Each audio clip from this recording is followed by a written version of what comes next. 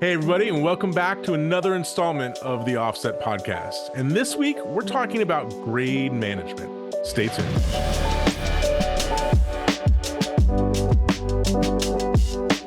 This podcast is sponsored by Flanders Scientific, leaders in color-accurate display solutions for professional video. Whether you're a colorist, an editor, a DIT, or a broadcast engineer, Flanders Scientific has a professional display solution to meet your needs. Learn more at flandersscientific.com. All right, everybody, welcome back to another episode of the Offset Podcast. I am Robbie Carmen, and with me, as always, is my partner in crime, Joey DeAnna. Hey, Joey, how are you, man? Hey. Well, Joey, this week we are going to talk about something that I think if you talk to most pro colorists, they're going to say, oh, yeah, this is like perhaps more vital than whatever tool I'm using or, any new technique. And that is the concept of grade management. And I want to be clear with a couple things about this. First of all, grade management is kind of like a catch-all term. There's not really a better term for it. And we're going to talk about all the various things that go into grade management, from node tree to still organization to all these kind of things. And related, we could probably do, I don't know, probably a half a dozen episodes on the various sort of sub-items that we have here on our outline. We're not going to probably do that for all of the things here, but there's definitely a few things like fixed node trees come to mind, where we'll probably in the future do some dedicated episodes to some of these specific ones, because they're just juicy enough and they're thick enough and complicated enough where we could probably do some episodes. So if you're watching or listening to this back and you go, well, I wish they would go into more depth about that, don't worry, we probably will at a later date, because there is a lot to chew on here. Also, just to get some housekeeping stuff out of the way, if you're on old social media on Instagram or Facebook, you can search for us, The Offset Podcast. You can follow us there. That's where we post things about new episodes and stuff. Also on YouTube, of course. And you can go over to theoffsetpodcast.com if you have an idea for a new episode or want to ask us some questions. We have a submission button over there on the site where you can send us a message as well. So, Joey, your feelings about grade management. It's an important thing to be efficient and fast, right? I'm not just making that up in my own head, right? Yeah, absolutely. And, when I think about grade management, I think about all of the different things you can do kind of from the planning stage all the way through the execution and the finishing stage of a project to make it so the process is efficient, not just for one shot, but for every shot, and not just for your first pass, but for subsequent passes, for tweaks, for changes, for versions, for any need that you have to do multiple different shots or multiple changes, basically being able to roll with the flow and roll with the punches of, a complex color grading session without having to reinvent the wheel all the time, and that's where you can really get into some efficiencies or some inefficiencies if you don't plan for this stuff. Totally. And I think, to me, it's because one of those things where when I look at a lot of, new colorists entering the field and they're presented with, 1,500 shot timelines or whatever, one of the things that I think it's not their talent, it's not their knowledge of the software, et cetera, but where they really fall down is this kind of general term of grade management, right? You look at one shot and it's got 3 nodes on it. Another shot's got 38 nodes on it. They're all called different things. They're all different numbers. They're all different, in different places doing different things. And like we've discussed in previous episodes, how like that kind of thing can just kind of, be bad in general for kind of, you're adding one, subtracting one, kind of getting back to zero kind of thing.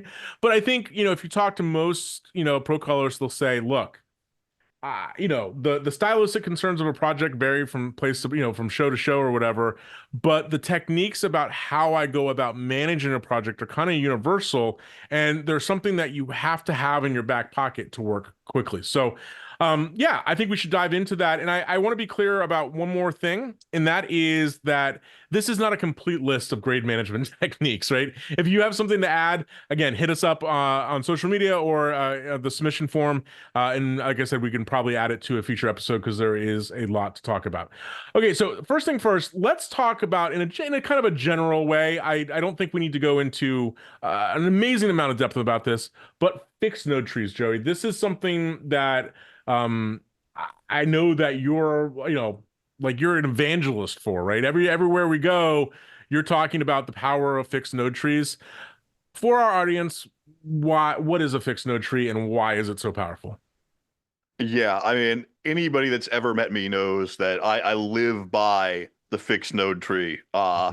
And I want to be clear, when we say a node tree, we're specifically talking about Resolve here because that's where Mm, Robbie and I work. But this concept of keeping the same structure from shot to shot really works in any software and any type of color grading. So when I yep. say a fixed node tree, what we mean by this is we make a template that embodies all of the nodes we're going to possibly need for a project, and we set up the node structure so we can template it out and save it, and every single shot in the project has the exact same node structure. There's a few advantages. One, it's muscle memory. You know Mm, exactly where everything is all the time. Two, you can pre-build things that you know you're going to use a lot. If you use a lot of certain shape of power window, make yourself a couple and just leave them blank, or right? noise reduction or something I like need a that. circular power window. Yep. I've got one ready. You can use tools like Ripple, where you can copy changes on a node from shot to shot, Yep. or you can even do, without using advanced tools like Ripple, just regular node copy and paste, jumping from shot to shot works really well in a fixed node structure. But most importantly, I think it just keeps you organized, keeps you fast, keeps you kind of on the focus of grading. You're looking at Yep. the monitor. You're not looking at the UI in your node tree constantly, right? You're not, if you build up a complex tree for every single shot, that means every time you go to a shot, you You're need to figuring out figure what's going out on. where you Yeah. are, where the change needs to be made. You need to navigate each shot individually, whereas with a fixed node structure, you are navigating the same thing shot to shot. And just to, again, like I said, we're going to talk specifically about Resolve, but I know colorists that do the exact same thing in Baselight with a Yep. fixed layer stack. Yep. In Nucoda, which is also layer based, I know colorists that build out a really advanced layer stack that has basically all of their color management built in and various templates for windows and keys and stuff, and everything's in the same place on the same layer numbers. Yep. Whereas, in Resolve, we do it with nodes, but this can apply to any grading software. Just, change nodes to whatever the UI theme Yeah, is of whatever the that software. paradigm for that. So yeah, but and actually, I was just going to say too. Like, I know a lot of people, a lot of audio folks who are in Pro Tools have a similar kind of paradigm with their session templates, right? Like they Yep. always know this is routed to that, and it's the same concept. I think you hit on a couple of quick things that I think are for me the power of the fixed node tree. One, that muscle memory thing can't be misstated. It is so important that you always know whatever node 14 is your noise reduction, node number 6 is where you do curves or whatever. And I think that just knowing that serves a couple purposes. One, it's great, as you said, for muscle memory. It's great for things like rippling, which I actually think for me was years ago, decade ago, when I made the move to a fixed node tree. Rippling was actually the biggest reason I did so. And for those of you not familiar with rippling and Resolve, it's the idea of making a change on one node and then rippling that change down to other shots in your project in a sort of an automated way. And there's various ways that you can do that, wholesale, fraction of, or a percentage of, etc. But like the idea is do it once and have it go many. That was the real motivator for me to go to a ripple tree, to a ripple tree, to a fixed node tree, because I ripple all the time, right? But the other thing that it really helped me with is really get an organizational concept or construct, I should say, in my head of different parts of the tree doing different things, right? And that helped me really get it around in my head. Okay, like this is my, this is stuff that I do in quote unquote camera space, right? This is stuff that I do after an initial transform. This is the stuff that I do for output and kind of, it's not really germane to the individual shot, but it's more things like, blanking or grain or whatever, those kind of things. So I think it's really kind of an important thing. And we get a lot of questions about like, hey, can you send me a copy of your tree? And I'm always hesitant about that because it is such a personal thing. And I think part of the thing about a fixed node tree too is that like by going through the process of building one, Yes. you kind of figure out, oh, these are the things that are the most important to me and the way that my head works and the way that I work. It's not that I can't take your node tree or vice versa and we can't figure it out. We do that daily during the week. but it's more just like you go through that process. So I would encourage you guys, if you're thinking about moving to a fixed node tree, to go through that process of building your own. And I would also stress, start simple, start expanding out. You can always resave the node tree, but if you start with this, huge monolith of 78 nodes, you're not going to ever use it because you're never going to remember what's doing. What each node is doing. I probably started out with a, I don't know, 5, 6, 7 layer node, and now I'm probably up to about 20 nodes in my node tree, 25 nodes in my node tree. But that was over time because they were like, oh yeah, that's a great idea. Oh, I'm doing that repetitively, that kind of thing. Yeah, I kind of lost track of how many nodes are in my template at this point, but I can tell you the process of building and exploring this workflow is critical, right? Yeah. You'll start to figure out, and if you're gonna go down this road and you've never done a fixed node tree before, I would suggest trying it on a short form project, if at all possible, because because you're committing to the same node tree across the entire project, you don't want to get 1,000 shots into a feature film and realize, oh man, I really approached this the wrong way. I need to start over. But if you've got a 30-second spot that has 15 shots in it, build a fixed node structure, try it out, figure it out, okay? Find out what worked, what didn't work, and evolve it and evolve it. Keep evolving it as you go, and then apply that to your bigger long form projects. But the short form projects, your promos, your shorts, those are kind of your workshopping projects where you can really figure out, okay, yeah, if you make a mistake and you have to gut the whole thing and start over, oh no, it was 10 shots. Right. You have that flexibility.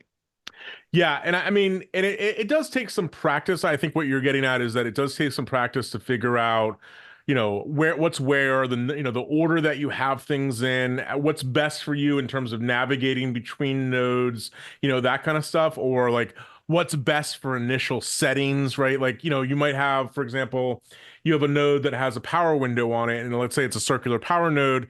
You might over time just kind of update that default state of that power window, right? Like, oh, yeah, if you find yourself every time you go to that node, oh, I know I need a little bit more softness. Well, resave the template with a little bit more softness. Exactly. Or like I'm always putting it on somebody's face, so I'm going to make it a little more oval than square, like whatever those kind of things are. Because that little, it sounds minor, but that little level of tweaking of like being prepared for the majority of situations saves you, hundreds of clicks over the course of a grading session, right? Where you're just not doing those things over and over again, right? A couple more quick tips, because like Robbie said, we're going to do whole episodes on fixed node structures. We don't want to go too deep into this, but just a couple of examples of things you might want to try building out when you're exploring this idea. Highlight recovery, shadow recovery, right? Nodes for trims and different options where, okay, if a client wants to try something, have an available node where you can say, okay, I'm going to try this new change, and you can show the client by toggling just that node on and off. And one thing that I love doing, it's my favorite thing to do on a fixed node structure, is I always have a dedicated keyframe node. So I save the node tree with one node with auto key turned on. That means if I need to ride an exposure change, I know I always just, on mine, it's the bottom of the kind of stack of parallel nodes I have. I know I just go to that keyframe node and just start making changes. It automatically makes keyframes. Then I go back to my primary node and I can change my grade altogether. But that saves me so much time in either making manual keyframes or, oh, I need to keyframe this node. I'm going to go in and click auto keyframe in the bottom right for that node and find it in my scrolling list of 30 some nodes. No. That's too many clicks. That's too much looking at the screen. If I need to make a keyframe change, I've got a node for it. I just go to my keyframe node, do it. I like that one a lot, actually. I hadn't thought about that one before. And I'm just thinking as you said it, like, I'm so scared of auto keyframing because you bump something and next thing you know you have a million keyframes. But by having it on its own dedicated node, kind of out of the way that you have to navigate to, that makes auto keyframing a little more attractive. And then you never accidentally turn on auto keyframe for like your primary node, and like you said, make it go absolutely batty. Yeah, that's a good one. So a relatively new thing that has come into the lexicon of Resolve users is this idea of we now have like node graph stacks, right? Where we can kind of to kind of riff on the idea of a fixed node tree.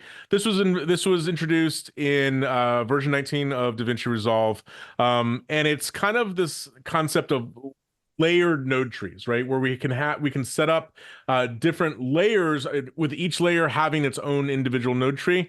It's a similar concept in kind of if you're thinking about kind of how it looks.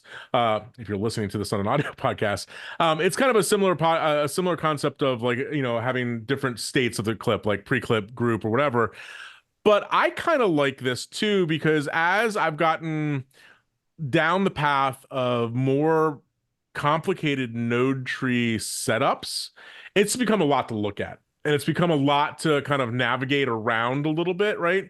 And so I've been, I will be completely transparent here. I'm not really using this, grade stacks or node stacks quite yet in my my approach, but I'm experimenting with it. But it allows me to kind of take out a huge, bigger node tree and fixed node tree and kind of divide it down into smaller fixed chunks. And what's great about that is that all the same rules about rippling and all that kind of stuff work on a kind of a stack to stack level, right? So you can have this maybe the first layer or the first stack is your initial transform, right? Well, great that you can have that ripple out. Have you been using that much? Because I think that's something that I'm trying to get my head around in terms of a fixed node tree grade management kind of process. And I think I'm finding some ideas, but I'm curious what you and others out there kind of how you've been approaching that. I've got a lot of different ideas for it. And Yeah. this kind of goes into what we were talking about with, doing the exploration on short form Yeah, projects. yeah. I've been playing with it, but it's not in my what I consider my production node tree. Uh, but to me, it's going to be a really good organizational tool, right? Because you can take things that you might not reach for very often and kind of segregate them out to the other stacks, and then have your shot to shot grade really focused on one layer. You could use it for color management. You could Right. use it for different versions. If you have an HDR version and an SDR version, maybe you could keep some of those nodes separately. So there's a lot of different possibilities with it, Yeah. but I've actually already kind of been doing what that does with compound nodes. I Right. put a compound node at every stage of my node tree so I can jump in there, and if I have to build something kind of dirty and messy, I don't break the fixed node structure for something shot specific that I might not have anticipated. I agree. And just to be clear, compound nodes, for those of you who aren't using them, they're just basically a way to nest multiple nodes into a single appearing node in your main node stack. Yeah, I tend to agree, and I'm almost thinking of this new feature, these node stack or node layers or whatever you want to call them. I'm almost thinking at it as like, okay, I can have three or four separate go-to trees for different things that I'm now applying to clips. So like you said something like we do a lot of shows where we got to do like, license plate blurs or logo blurs or whatever. That's not every show, right? Well, I could build a node tree that's specific to that part of the workflow and just that's always on this stack, right? Or like I Mhm. have another part of the stack that's like I'm always doing my formatting for different deliverables, whether it's 6AMI9, 239, whatever. I can have a whole stack that's germane to output stuff, right, in different formats. So there's a lot of ways of thinking about that, but I think it's something I want to continue to explore and working off my knowledge, our knowledge of how nodes, fixed node trees work. I think this is the next frontier with that kind of the next level of complication. But with that said, there's another kind of related thing in terms of organization that God, man, I am always surprised that more people don't use. And I feel like some sort of Luddite for like, I'm like, I'm sorry. I think I look at those people as some sort of Luddites that they're sort of like, what is that? I never even knew about that. And that's the idea of groups, right? Yeah. Groups are something to me that are just so native to the way that I like to work. And they're just so vital to the way that I like to work that I can't imagine life without them. But let's just dive into that for a second, because I think it's something that might be new to some people. Essentially, a group is a way to select a range of shots. You can manually select them, add them into a group manually. And when you add them into a group, you get sort of various states or levels of grades that you can do now on this collection of shots. So we've always had clip level, and that's still germane when you're working a group. Clip level is stuff that just affects this one instance of the shot. But now in a group, you have pre-clip things you can do before the flow of signal hits the clip level, and you can have stuff post-clip, things that you do afterwards. But the reason that I use them is that it makes grading similar shots so significantly faster. So we do a lot of doc work where, interviews are key, right? Well, part of our prep, just go through the show, group all the interviews, call it, guy with the red tie is a new group, or, woman with the yellow blouse on, whatever. Make those groups. And now when I do my base grade, I do that on one of the group levels, and guess what? Bam, everything has been graded, right? And now I can go back to a clip level if I need to make any tweaks on an individual shot by shot basis to that group. And it's one of the things for me that it's like when you look at shows that are 1,500 shot shows, 2,000 shot docs or whatever, and you make all these groups and you grade the groups, and then you're like, damn, I am a hero. I just graded 800 shots in an afternoon because you were using groups. Yep. Yeah, I use groups all the time, but I think I use them slightly differently, but not completely differently. And it depends on the project, right? Sometimes we'll do groups for scenes, for narrative projects. Yeah. A lot of times, we're doing groups for interviews. We're doing groups for different formats, maybe. Any kind of thing that you need to organize and bulk shots together is the application of a group. A couple really quick tips to give people that you might not have thought about. When you're grouping, the light box is your best friend, because you open up the light box, you can just tap on all the shots you want and put them in a group. Let me introduce something there real quick. One thing, if any of our friends at Blackmagic are listening, and I've submitted this about 400 times as an idea, drag and drop in the light box, guys. Drag and drop in the light box would be the best thing ever. Please think about implementing that, because all this right clicking drives me crazy. But barring that, right, once you start to make your groups, there's a bunch of things you can do to make that process easy. One, smart filters. You go into your smart filters and say, okay, everything from this camera, or everything starting with this name. That's why you can kind of, especially in the example of a documentary, you can usually get your interviews kind of laid out that way.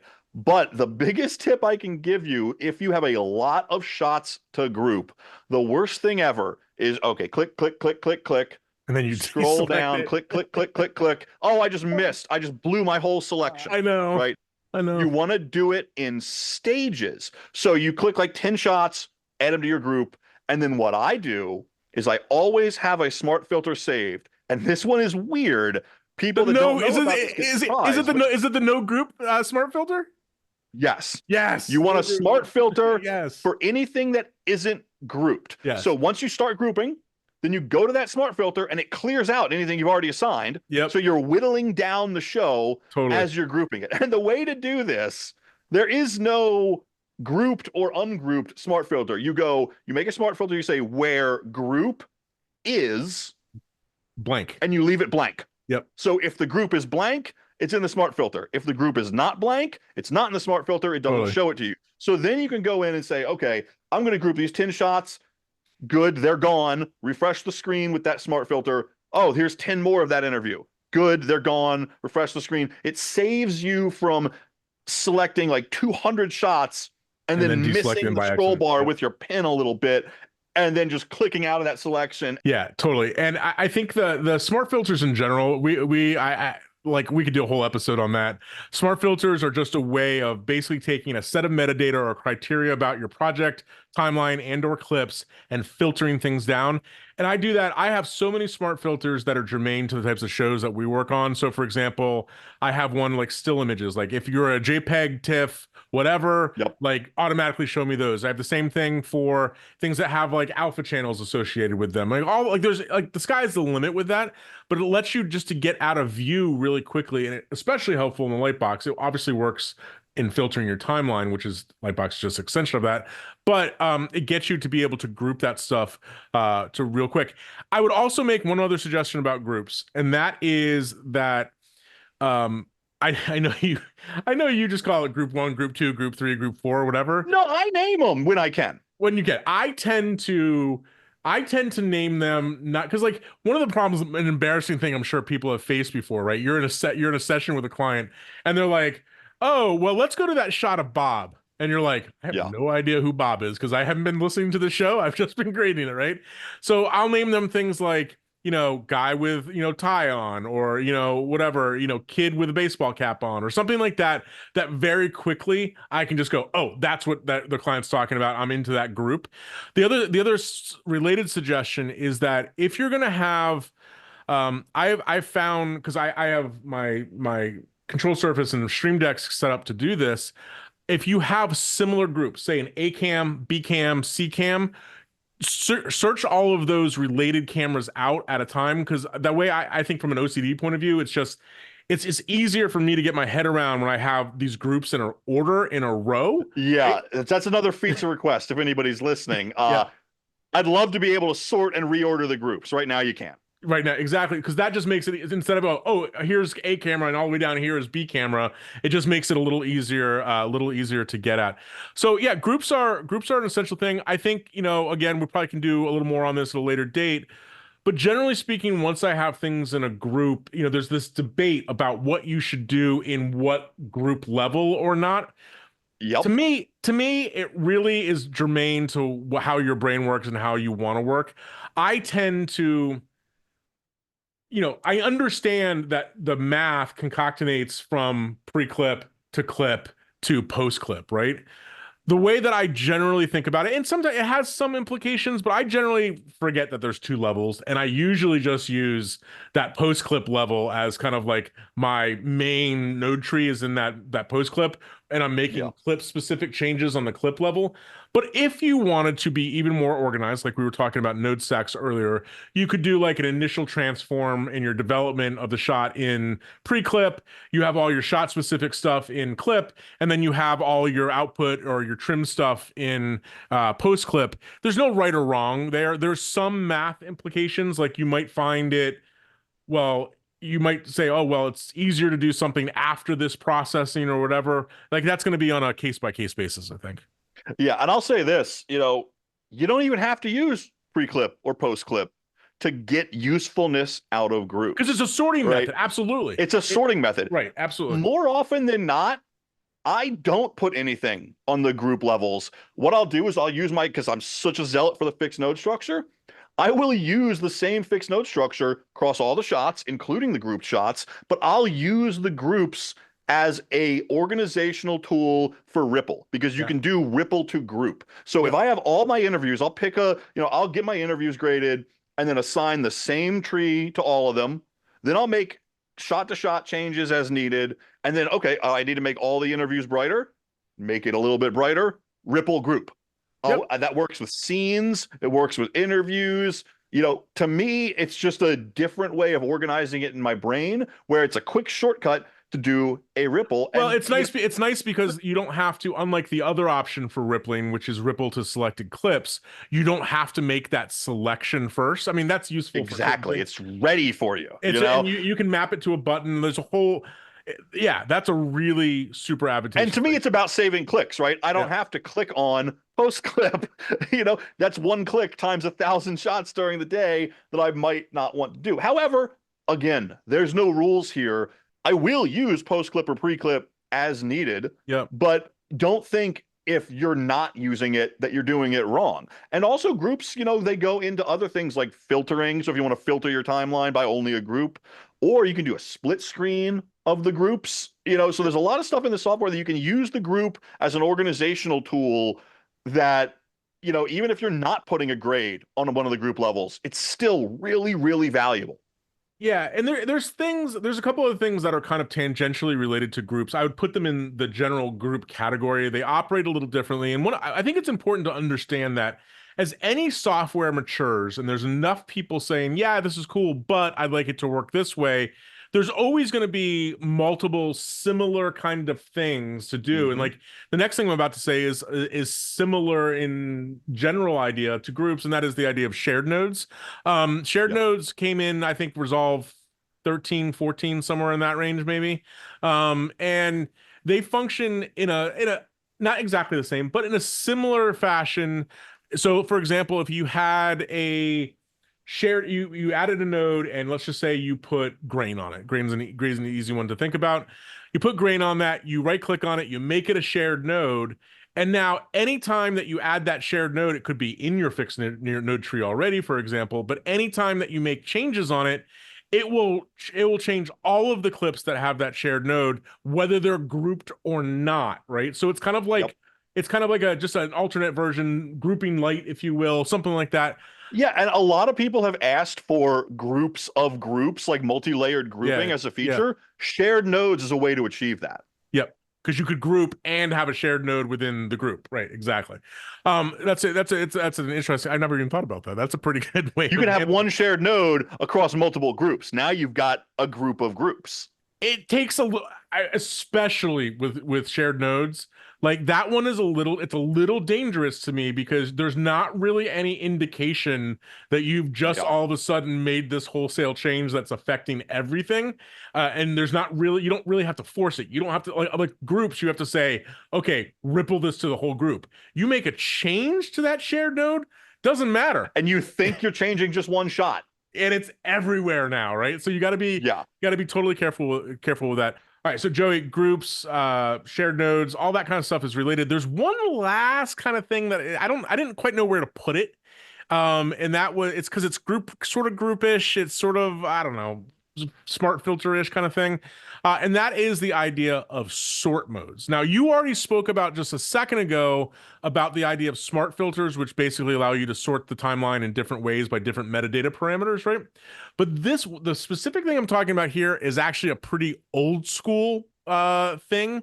And that is the idea of sort modes. And we have two different sort modes, right? They're essentially a source sort mode and a record sort mode, right? What your timeline chronology is like versus your clip chronology out. Explain these sort modes and what the different names of them are and how you use them. Yeah, so the sort modes are basically called A and C. Yep. This goes back to the old floppy disk edit decision list online editing techniques. A mode sort is your normal timeline. It's first shot, second shot, third shot, and so forth. A C mode sort is reordering all of that to be all of the sources from the same tape or file, one after the other. Yep. So if you have a conform, or even if you're working from a baked file, but you've brought in an EDL to do a pre-conformed EDL, this is kind of one of the cool things about actually going through that process of bringing in an EDL versus just doing a scene cut detect, because you get the clip names with the EDL if the editor exported it that way, and the C mode sort will still work. So even if you're on a baked timeline, you can click over to C mode sort, and then all of your interviews will probably be pretty near each other because they all have similar. It's funny because I had a conversation recently with a colleague and I was talking about, like, I was like, why don't you just use groups? And he's like, well, we conform every show. I get the same functionality just basically by using C mode sort because all my clips are right in a row and I can just go paste, paste, paste, paste, paste, and I'm done. That's I fine. use C mode sort primarily as a way to get my grouping done quickly. Yeah, no, that's a good one. It's a little old school, but it has some caveats with the EDL and the names and stuff like that. But it's definitely the one thing is, it can get to a point where if you flip over to C mode sort and you start going previous and next clip, it's very easy to lose track of where you were in your timeline. Yeah, and then you're out of the realm of saving time, and you're making more work for yourself because you go back to A mode sort. And you're like, oh great, now I'm 50 minutes into the timeline when I should be 10 minutes in the timeline. You got to kind of reset and find yourself. And that kind of reminds me of another grade management thing that I massively love. And that's multiple playheads. I use multiple playheads almost constantly because basically that lets you go, you have 4 playheads. You can select A, B, C, or D, and you can leave one at one point in your timeline and then go off anywhere else at another point in your timeline. So if I have 3 shots I need to match, I'll go 1, 2, 3 on my playheads and just bounce between them randomly.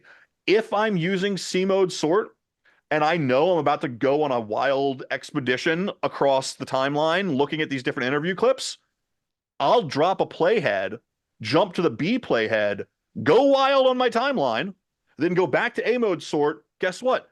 I just jump back to exactly where I started with that playhead, and I never lose track of where I am. So it took me some convincing to get into playheads, but then once, because like they have there are two parts of them that you kind of have to realize. That one, they're location based, right? So they're Yes. you're kind of like a more sophisticated marker, right? To be able to go to. And then B, they have the ability as like a navigational tool to be able to quickly jump between them. And so like you're comparing shot to shot, that's one, because you can also compare, and something we'll talk about later, in split screens. But I actually, and this is really dorky, Joey, I actually have one of those Elgato pedals under my Oh yeah. my desk, and I have a mode for it where it's playheads, where I can just quickly left and right go between different playheads on the timeline to make quick comparisons. Now, I don't do that all the time. Sometimes I'll go and use stills, but that is another way of quickly jumping around for comparison purposes. Another related one to kind of the idea of groups and shared nodes is the idea of remote grades. Now, I'm just going to put on a little history lesson for people because this is something that people are going to go, "What is he talking about? I have no idea. I've never seen this before." Now, I can understand why this has been super hidden slash, for all intents and purposes, removed from the software. But let me just say it this way. It used to be, back in the good old days, we had this idea of a master timeline. It was something that you could enable and have a master timeline. And what essentially it operated with, like, is that you had one timeline that had a string out of all of your media in the project, right? So think about a situation where you have a 60-second spot, a 30-second spot, a 15, and maybe a 6, right? And they're all just cut downs of that 60. So they're shared media for everything.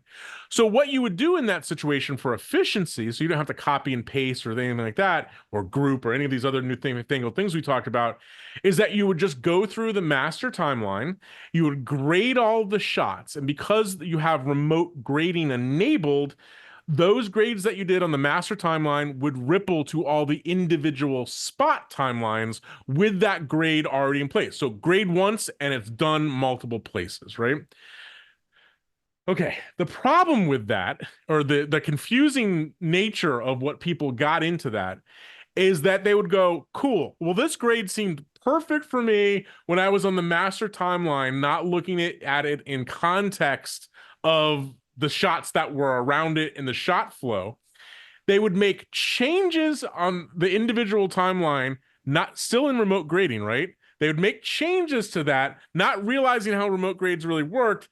And the next thing you know, the other timelines picked up that change, and now you're doubling up on your problem, right? And the fix to it, by the way, was just that when you had places where you're like, oh, that's going to be a little different for this spot, was to flip over into local grades, local Yep. meaning that's affecting only that timeline, and make those changes. Now, I can understand then, Joey, because of that nature, it's a little confusing, local versus remote. I can understand why that behavior is a little hidden now, because I think it was getting a lot of people in trouble, right? But it is still something that you can, remote versus local, the master timeline is still something that you can turn on. But I'm just going to put that asterisk by there. Turn it on with the warning that this, if you don't realize what's going on with remote and local, you can be literally banging your head against the wall trying to figure out, I just changed it here, why is it changing there, and not understanding what that connection is. Yeah, and I very rarely use the master timeline or remote grades, but coincidentally, I did just last week. I had the perfect project for it, where it was a series of 60-second spots with 30 and 15 cut downs of each. All of them were relatively the same context. The shots were in pretty much the same order. They were just cut down, and they were all using the same media. So I started the project. If you do want to explore this workflow, you've got to start the project and enable the master timeline and project settings first. Before Once you you have a add anything. timeline, you can't go back to that setting. Yep. So again, if you want to play with this, short form is the great time to do it, because if you don't like it, you can throw it out and start fresh. But it was actually for this one use case, for this one project, absolutely perfect, because I did my master timeline, graded all the shots, and then I literally just imported the AAFs for a dozen spots and they were all graded already and it was all perfect. Yeah, But that one is one of those real advanced use cases. They hit it for a reason. yeah, and spots are like probably the classical example of that. But I've also had that, like that situation where it's the edit is still in play, but like it's really important that we have, the president of the company graded, but we just don't know how we're using them yet, right? So like you could get a head start and just grade the master clip, the 40-minute long shot, do like a base look, and then conform an XML, and if, as long as you had it turned on to begin with, and have that apply. So there's a lot of cool things about remote grades, but I would just again caution people into really understanding how it works, because for a while there it caused a lot of pain and agony for a lot of people who didn't quite know how it works. Okay, a related thing to this, and I think I don't know if I'm the only person that uses this feature, but I love it. I absolutely love it. And I get a lot of strange looks, but for me, from a grade management point of view, it's indispensable. And that is the idea of versions. And let me explain why I love it so much. So versions has been around in Resolve forever. It basically allows you to make a duplicate of your current state of your grade, do something different on that grade, on that version, and then have the ability to toggle between those versions. The argument against versions, I'll start there, is, well, yeah, cool. You can just do that with an extra node at the end of the tree. And that's why you have those trim nodes and all that kind of stuff, right? I have found that if I start with kind of my principal look or my principal thing, create a version of that, I don't have to keep track of what's different. If I change the node tree or I change multiple things, it literally lets me just go Robbie's version, DP's version, director's version, and I can toggle back and forth with those without having to disable a lot of individual nodes, toggle those on and off. I just love it. And in fact, there's actually a preference in Resolve where you can actually pre-name your versions. And I have names for those things that I do all the time, right? So I have like first pass version, and then I might create a second pass or whatever. Or you might think about it where like you have version 1 is what you've done before you presented the client, and then you just select the entire timeline, make version 2, right click and make version 2, and then you're addressing the client notes. So you always have that original grade to go back to look at. And I just found that when I tried to do that on individual nodes, I just got really confused pretty quickly. Oh, did I have that on originally? No, okay. It just got a little harder to keep track of, where versions for me are kind of just snapshots that I can keep iterating and have a record of and be able to go back, most importantly, if something was better from one and the other. Yeah, I think it's one of those things where it might seem like a bit more effort at the start, but once you kind of have it mapped to shortcut keys and you actually think about it, and you're like, okay, I know I'm about to try some crazy stuff on this shot. I don't want to screw this up. New version. Yeah. Try my crazy stuff. Well, no, go back. Okay. I'm going to try some more crazy stuff. New version. Okay, great. I like this one, right? It allows you to create that snapshot that you can always go back. And again, what we're doing here is we're setting up our grade management for success. We're basically saying, we're going to be organized and we're going to manage our changes in such a way that we don't have to think about it. You don't have to keep track of, I changed node 1 and 2 to get this look where I want it. So now I want to, adjust that. You don't have to remember what you did. You just, new version, I'm going to try something. Maybe I like it, maybe I don't. Yep. I'm going to go back to what I had. It saves you from making mistakes. It saves you from breaking your timeline if you do something crazy and accidental. It gives you an extra layer of security. So all of those things together kind of add up to these session efficiencies that we're talking about. All right, Joey, as we get towards the end of the show, I have a couple more things I want to talk about. Some of them are related to the general idea of like comparative tools, stills, and that kind of thing. We had mentioned playheads earlier, but one of the things that I love, like you love playheads, I'm in that same passionate man crush on this, and that is split screens. Split screens to me are just they're invaluable for the way that my brain works. And the split screens essentially have different ways of comparing shots, two shots or multiple shots next to each other with a different set of criteria. So Easiest one to bring up a split screen is just selected shots. You can just compare those two shots together. But then you can do things like, hey, show me all of the shots in a group just for visual consistency. And the cool thing is that split screens are outputted over the SDI stream. So if you have, monitor, you can like show me everything in a group, and very easily you can just go through the group, make sure everything is the same. Versions is another split screen option, right? So I mentioned how much I love versions earlier. Maybe you're working on a heavy duty commercial session where like it's an agency client. They're like, show me this, show me that, show me this, show me that. Well, if you did it as versions, split screen versions bring those all up on a big monitor on the client monitor and literally just have the client point to, oh, I like that one the best. Cool. That's what we're going with, right? So split screens are a way in various criteria of comparing shots next to one another.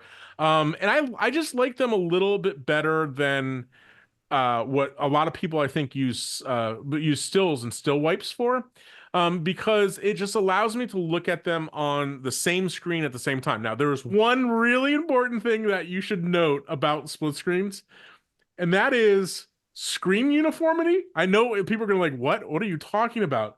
I have had the situation before where if I have a bunch of split screens up, maybe the left side of the screen is a little slightly more warm or whatever than the right side of the screen. And they're like, well, your continuity is all screwed here because this is more red over here. And like you didn't see it when it's just a single shot up, but you see it in that context. So just a little asterisk on split screens to be careful. Yeah, and it's funny because we've talked about using all of these different things as kind of ways of, how do you adapt your workflow to be efficient? Yeah. It's going to be different for everybody because I kind of feel the exact opposite. I almost never reach for the split screen. For me, I reach for playheads 1,000 times more than split screens because I would rather those things be full screen and I just jump between them because I'm thinking, okay, A, B, C basically, and I'm kind of comparing in my head quickly. That's just kind of how I work differently. Well, and you have these options, but find the things that work best for you. For me, it's not split screens. Well, let me sort of give a little bit of a differentiation thing here too. So like I tend to use split screens for general shot comparisons, where I tend to use still and still wiping for detail comparison, right? So like if I'm trying to get this idea of like, do these shots flow in from one another, right? And I look at them side by side or whatever, 4 up or 5 up or whatever. I go, okay, cool. The general tone of these shots is flowing, but his jackets or his face or whatever is a little different in shot to shot. Then I'll flip over to using using stills and still wipes where I have a single thing up and I can wipe in it in different ways to then compare on those details. So I kind of use them both, but for different reasons, where a split screen is kind of like the macro feel. And then I dive down a little bit closer on stills to do some more detailed comparison. So related is one thing I think that a lot of people are not aware of when it comes to stills. Everybody's saved a still. There's multiple ways of organizing. We don't have to get into. We got a bin, different bins and power bins and power grid bins and stuff like that. One of the things that I don't think a lot of people realize about stills is that number one is that there's a whole plethora of ways to have default naming for those stills, right? And I think this is really one of those things that's gotten me a lot faster because you're in a big show, you're saving stills. Next thing you know, your bin has 400 stills on it and you're trying to find the right one.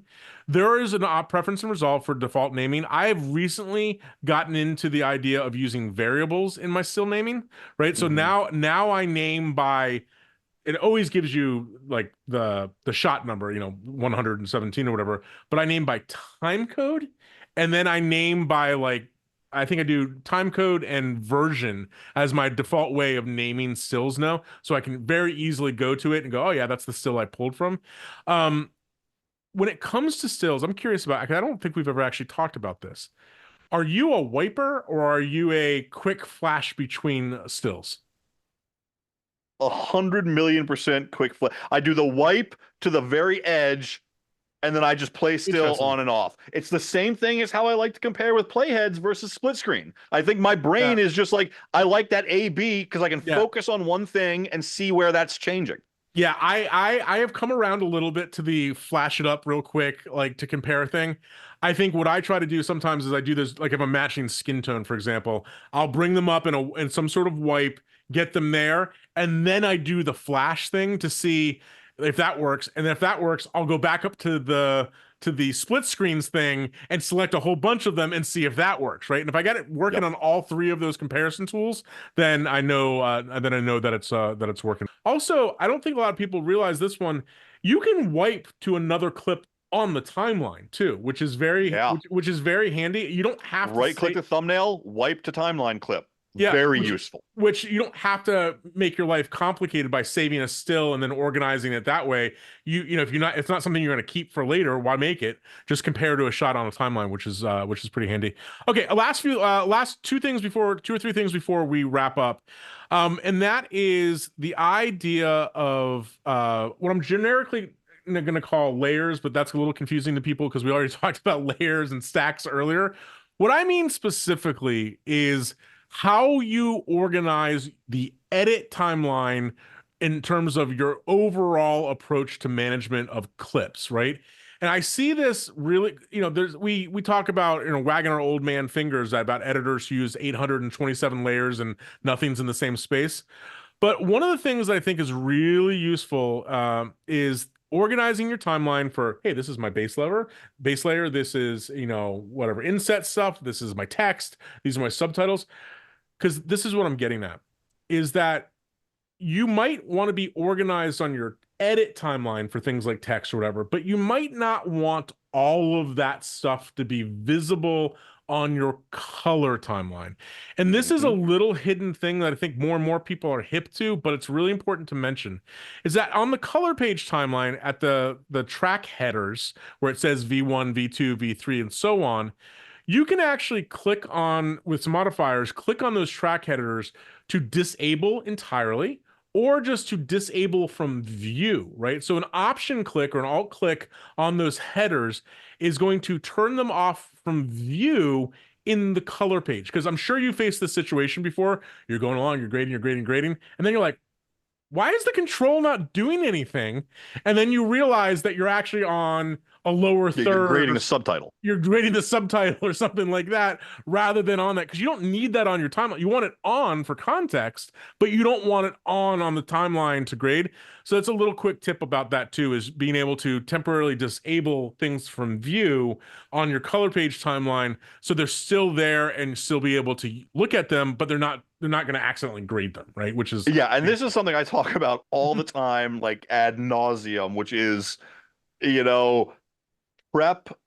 The more organized your timeline is on the edit page, the more organized you're going to be on the color page when you're focused on the reference monitor and just trying to grade the images. So if you sort that timeline on the edit page really nicely, where, you can toggle on and off the things you don't need to focus on and then get into the task of grading, it's going to save you so much time. All right, the last thing that we'll talk about, and then we'll wrap up for today, is I do think it's interesting when we get to the backside of a project that grade management still comes into play, right? And there's a couple of things that I want to talk about that. And that is, one, when you're viewing in context with a client, I think there are several grade management things that you can do. And the first one is a no-brainer. It's just simply bringing up a timecode burn-in with the data burn-in options when you're viewing something, right? Because a lot of clients still have that Bitsy, burned in timecode was what that acronym means, burned in timecode, Bitsy. It's just easier for them to look at something like that. Also, just with difference of player, especially if you're in a remote workflow, difference with how like counter timecode versus SMPTE timecode or whatever. If you're in the feedback thing, do yourself a favor and just bring up that burn-in timecode that can be there. Another thing with burn-in options, I don't know how you feel about this. I think you're probably in the negative, but I have found situations where some of those other burn-in options, specifically clip name and things of that nature, can be useful to have on the timeline so clients can go, oh, it's that one, it's that shot I'm talking about. But a lot of variance there, but explore the burn-in options because I think that they are important.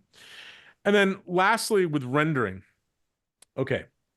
I was today years old when I realized that in Resolve 19, there was a new feature that I'm like, who asked for this? I need to buy them a beer because it's awesome. And that is, we do a lot of rendering with like textless rendering and not textless rendering or whatever, new in Resolve 19, there's actually an option to exclude certain tracks on the render without having to go back to the edit page and turn things off. I love it. I love so much. It's great. Because It's going so back great. to what we were just talking about, if you've done the prep work and your timeline is organized, Yep. now your textless version is one click. Yes, totally. You And know, there's other things like it that all on the- comes together at the end in the deliver page Yeah. if everything else is organized. And that is such a killer feature of 19. It's the simplest thing, Yep, but it's such a I great love feature. it because the other thing you can do is I'm going to make a render job for my texted, then I'm going to make a render job for my textless, and I'm going to click render both. I don't need to come back to the box, Totally.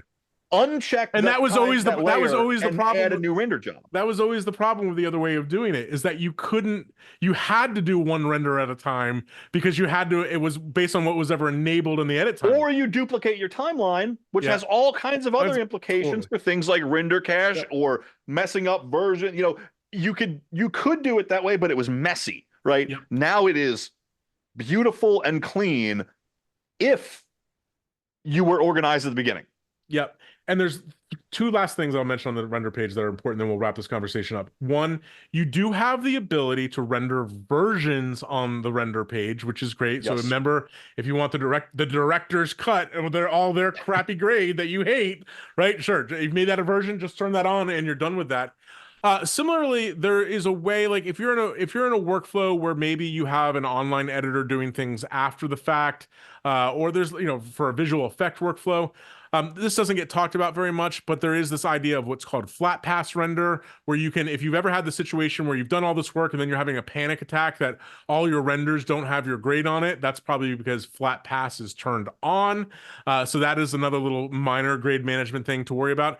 And then lastly, in terms of grade management, this part of it is definitely a future episode, getting more into the render page.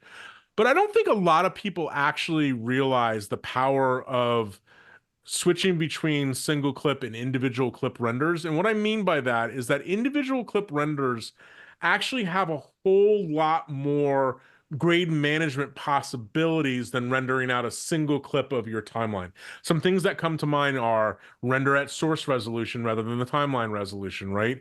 The option to turn on and use timeline effects or not use timeline effects on those individual clips. Things like naming and sort of a commercial workflow, like alpha channels. Like there's just a plethora of stuff that come into mind, which again, I think we can talk about in a future episode. But grade management is not something in Resolve, I think, that happens just at the grading stage. There's a lot of these little buttons everywhere that are kind of workflow grade management kind of techniques. Yeah, and I'll just close on one last thing related to rendering individual clips.